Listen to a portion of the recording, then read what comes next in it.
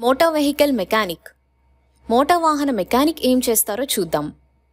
వాహన సమస్యలను నిర్ధారిస్తారు, పరికరాలను రిపేర్ చేయడం మరియు మెయింటైన్ చేస్తారు, ట్రబుల్ షూట్ చేస్తారు, భద్రతా మార్గదర్శకాలను పాటిస్తారు, రిపేర్లను డాక్యుమెంట్ చేస్తారు. వారు నేర్చుకుంటూనే ఉంటారు.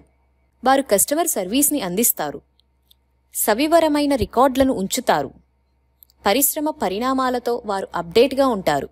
మోటార్ వాహన మెకానిక్ కావడానికి ఏమవసరం?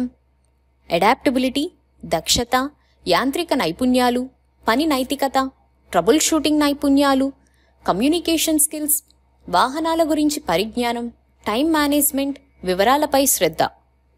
మీకు మోటార్ వెహికల్ మెకానిక్ అయ్యే నైపుణ్యాలున్నాయా? మీరు మోటార్ వెహికల్ మెకానిక్ అవుదామని అనుకుంటున్నారా? ఒక వృత్తిని ఎంచుకోవడానికి ఈ క్రింది వాటిని పరిగణించండి: ప్రావీణ్యం లేదా నైపుణ్యాలు, అభిరుచి లేదా మీకు నచ్చినది, ఉద్దేశ్యం లేదా మీ పిలుపు.